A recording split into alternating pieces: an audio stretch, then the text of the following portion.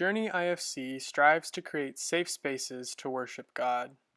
Know that you are welcome just as you are, regardless of religious background or lack thereof, skin color, political affiliation, sexuality, age, culture, or any other label you own or society throws on you.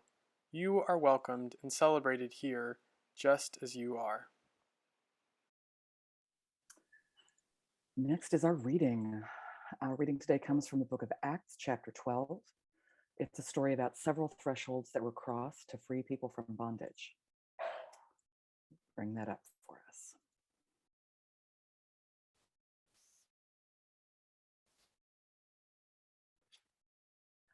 While Peter was kept in prison, the church prayed fervently to God for him. The very night before Herod was going to bring him out, Peter, bound with 2 chains, was sleeping between 2 soldiers, while guards in front of the door were keeping watch over the prison.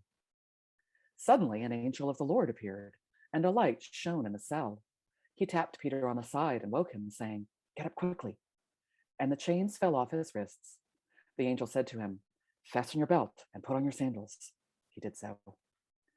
Then he said to him, "Wrap your cloak around you and follow me." Peter went out and followed him. He did not realize that what was happening with the angel's help was real. He thought he was seeing a vision. After they had passed the first and second guard, they came before the iron gate leading into the city.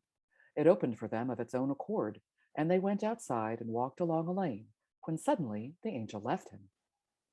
Then Peter came to himself and said, "Now I am sure that the Lord has sent his angel and rescued me from the hands of Herod and from all that the Jewish people were expecting." As soon as he realized this, he went to the house of Mary, the mother of John, whose other name was Mark, where many had gathered and were praying. When he knocked at the outer gate, an enslaved girl named Rhoda came to answer. On recognizing Peter's voice, she was so overjoyed that, instead of opening the gate, she ran in and announced that Peter was standing at the gate. They said to her, "You're out of your mind." But she insisted that it was so.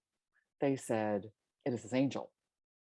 Meanwhile, Peter continued knocking, and when they opened the gate, they saw him and were amazed. He motioned to them with his hand to be silent and described for them how the Lord had brought him out of the prison. And he added, "Tell this to James and to the believers." Then he left and went to another place. When morning came, there was no small commotion among the soldiers over what had become of Peter. When Herod had searched for him and could not find him, he examined the guards and ordered them to be put to death. Then he went down from Judea to Caesarea and stayed there.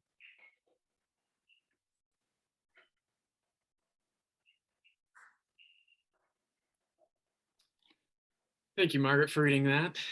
Today, our story is this weird, dark, comedic thing. It takes place, we didn't read this part, but it takes place right after the death of James, the son of Zebedee. So we know that someone has died. Now Peter is imprisoned, and Peter's probably in prison for the same thing that James was killed for, spreading the news about Jesus. And all of this is done by the vicious and dangerous ruler, Herod, who had a terrible reputation. He was going crazy. In his later years, he went mad, and he was making these life-ending decisions. He even killed his wife in one part of the story. And so Herod is known for his cruelty and his mental instability. And Herod, at this point, has arrested Peter, and this all is taking place during the Passover feast. So this is when Jews remember way back to when they were freed from the Egyptians. And so it's a time to celebrate being freed from the bonds of slavery, and a time to remember liberation. So this is where we find this story happening. Jesus is gone, people are getting killed, Peter is now in prison, and the church only knows to respond with prayer, and they lock themselves away and they hide because they're in fear. And all in this time of a season where they're supposed to be celebrating liberation and God delivering them out of slavery, but yet they're not. They're all tucked away. They're in prison. They're behind locked doors. So Peter's locked away in a prison cell with chains and guards and soldiers, and all of these details are really just showing us that he is really stuck, that there is no possible way out. The followers of Jesus and friends of Peter fear for Peter's life, and they start praying for him, locked away behind closed doors, much like the prison cell Peter is stuck in. It's like they've made their own prison for themselves. Everyone seems so stuck. And at this point, an angel appears. Just in the middle of this jail cell, an angel appears before Peter. And this is where the story finally gets some humor. So far, it's just been kind of dark imprisonment, but at this point, it gets kind of funny because the angel hits Peter across the side and wakes him up. And so Peter is jolted up and he's told to get up and the chains fall from his body and he's rushed to get dressed and put on his belt and he's encouraged to follow this angel. And at this point, Peter still thinks it's a dream or like some kind of vision that God's giving him. And maybe it's some product of bad food or the poor living conditions he finds himself in. But Peter still follows. He just thinks it's a dream and he gets up and he goes and they pass one guard and then they pass a second guard and then they hit this iron gate to the city. And even that just opens up kind of magically before them as they approach. It seems that doors are flying open right and left. The impossible is being made possible before Peter knows it is really happening. But the angel disappears at that moment, and Peter finds himself alone, but free, really free, and he finally gets what has happened. So Peter does what is reasonable, and he goes to his close friends and his faith community, and he knows they're all locked away, and so he goes to the house of Mary, the mother of John Mark, where everyone's locked away. But as Peter approaches the house, there is yet again another obstacle. And this time, the door doesn't just magically open with the help of an angelic creature. Instead, when Peter knocks, a young girl who's enslaved, who is a young slave, named Rhoda, answers. And this point kind of furthers this dark comedy thing again. So when Rhoda recognizes Peter's voice, she gets so excited and she runs to tell the community that Peter is there at the door, but she forgets to let Peter in. She leaves Peter locked outside waiting. And the crowd then doesn't believe this young girl, which, I mean, is typical for a lot of biblical texts, not believing women. That's even typical in our culture today. And so all of these people just dismiss her as this crazy young slave. They even suggest that, well, maybe it's just Peter's angel because they all assumed Herod would kill him by this point, and they knew that he was about to be taken to trial, so they just assumed if you saw Peter, he probably was dead. That was his angel. But as we know, Peter has made it past chains and soldiers and guards and an iron gate, and now his fate lies in the hands of a young enslaved girl named Rhoda, who no one seems to believe. Rhoda. She is an interesting character. She is seen actually in a very interesting light. And in Greco-Roman drama, there is a character called the servus currens, which means the running servant. And it's kind of this comedic play on, oh, look at this dumb slave who is running around and fumbling and doesn't know what to do. And they're making mistakes. They're making a fool of themselves. So in the midst of all of this death and imprisonment and all this scary stuff, we get this funny story of this running slave who is made to be the butt end of the joke. However, Peter's re-entrance back into the community depends on this girl, this enslaved girl, who we should note is given a name, which did not always happen for women in biblical tales. A lot of times women are just like the wife of or unnamed prostitute or something, but this slave girl is given a name. There's something about Rhoda that meant more, something that stood out in history, something in her characterization that helps her remain in historical records. She's not just this bumbling slave girl. She's someone who matters and who's important in this story. The people eventually agree to check out the door, and they do find Peter there just like Rhoda told them they would. And Peter quiets everyone as he enters, and he tells them how he got there and tells them the whole journey with the angel. And I really hope he took a moment to stop and thank Rhoda, but I don't think he did. I think he was just caught up in the moment, and we don't hear any more about Rhoda. Our reading then ends today with the guards back at the prison getting killed by Herod because they had let Peter loose. And so again, this story begins with death, it ends with death, and somehow we're supposed to laugh at this slave girl. It's a strange tale. But for me, I think it's a reminder of the gaps in life that we have to cross. But I like to call these thresholds of life. And I think we have to cross thresholds like this every day. I can kind of explain what I mean by that. When I was first wanting to become a pastor, I went and met with my pastor at the time, and one of the parts of that conversation was he told me what a pastor job was in his opinion. And he said, a pastor's job is not to fix people or to tell them that everything will be okay, because oftentimes things aren't okay. Bad things happen, and we can't explain that away. But he said instead, what our job as a pastor is to do is to help people cross the thresholds of life faithfully. And he talked about the first threshold is birth, and the last threshold is death. But along the way, there's many other thresholds, like maybe getting back or eye surgery, or losing a spouse, or getting a new home, or graduating from school, or getting a cancer diagnosis, or getting married, or any other threshold you can think of. And he said, our job as pastors is to help people walk up to these thresholds and to take their hand and to help them walk across faithfully.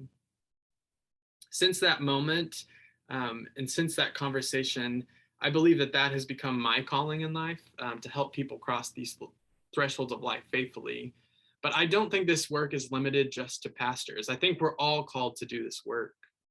In terms of our story for today, think how many thresholds had to be crossed before Peter was safe.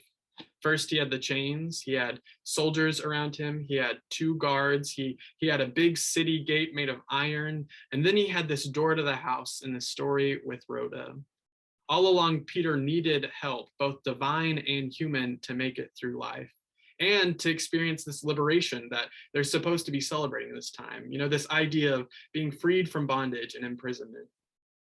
Peter's story hinges on the actions of Rhoda at one final threshold in the story. Rhoda, a young girl who is welcoming Peter into freedom, but still is found to be a slave. So she's still bound up in enslavement of her own. A young girl who celebrated the Passover with everyone else while still not knowing freedom herself. That is who the story hinges upon. And we can dismiss her as some comedic relief, or that, some laugh that we can just get to the story with. But I think that might miss the point of this story.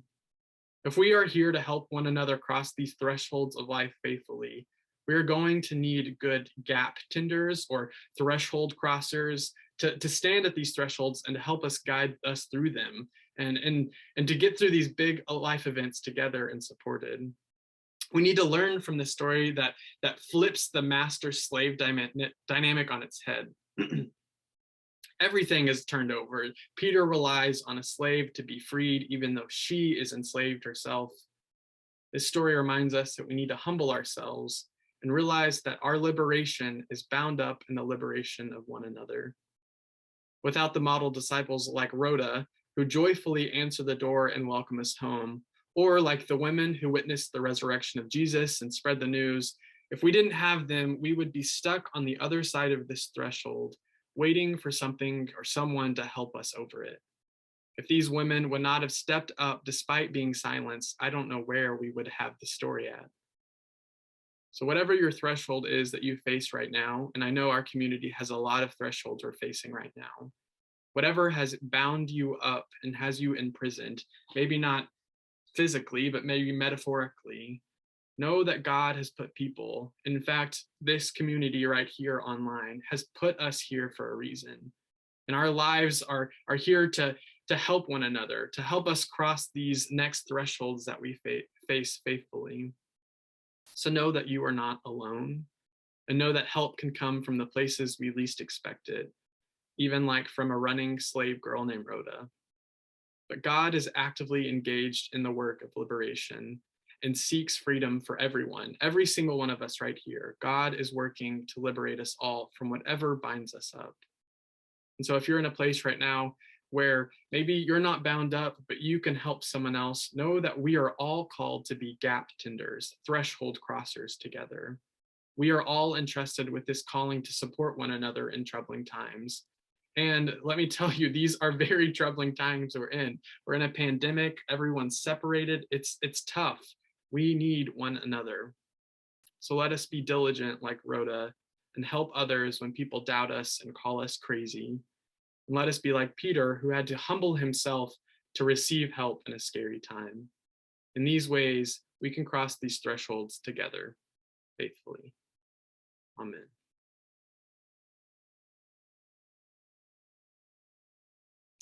So our blessing today, I have an activity that you can do.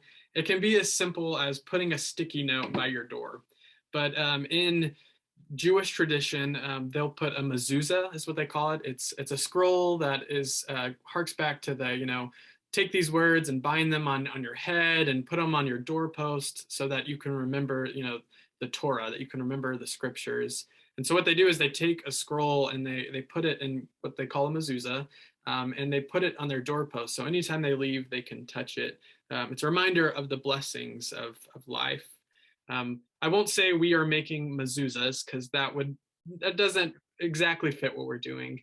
But I want us to think about the thresholds in our houses. So what you can do is take a sticky note or whatever. You can hang something, a string, something that'll grab your attention, and just put it on a door that you pass often. Something, it can be into your bedroom, it can be leaving your house, and use it as a reminder of the blessings of community and the blessings of threshold crossing that can help you remember this conversation. So you can be as creative as you want with that. I'm interested to see what you do with that, but I leave you with that blessing. But I also want to give a blessing that whenever I worked at a church camp, one of the directors there said this blessing every night. And then after she left, I said it every night. And it's one of my favorite blessings, and it's pretty simple, but it's this: know that there is nothing you can do to make God love you anymore, and there is nothing you can do to make God love you any less. So let us live into that truth and go in peace. Amen.